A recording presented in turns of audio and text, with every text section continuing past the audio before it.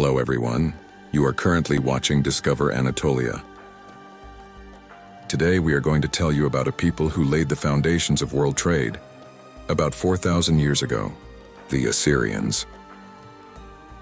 These people, who started the collective trade to the Anatolian lands, also give their own names to this period, that is, the era of Assyrian trade colonies. During this period, they established the first customs offices in history and legislated the first trade taxes. Let's first look at the trading systems of the Assyrians.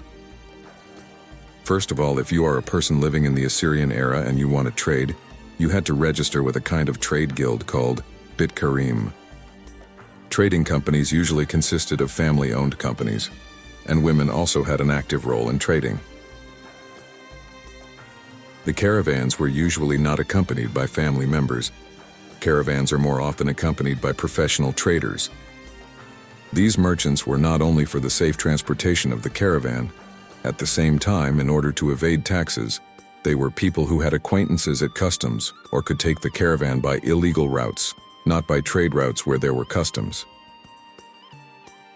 The merchants who took caravans on illegal routes were usually people who had connections with bandits.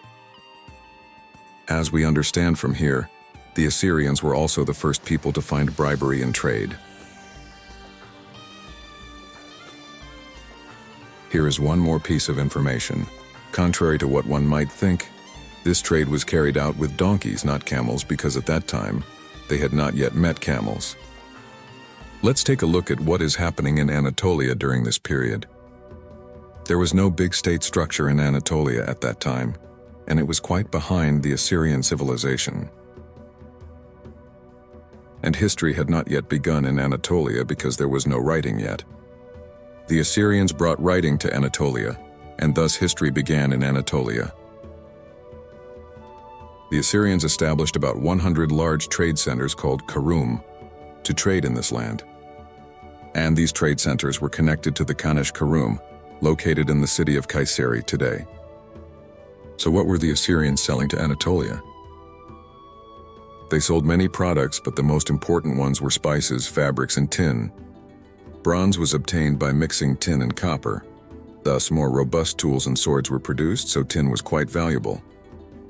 In return for these, they received a large amount of gold from Anatolia.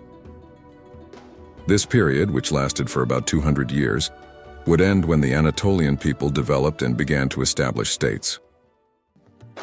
Or were the Anatolian people coming to get their gold back?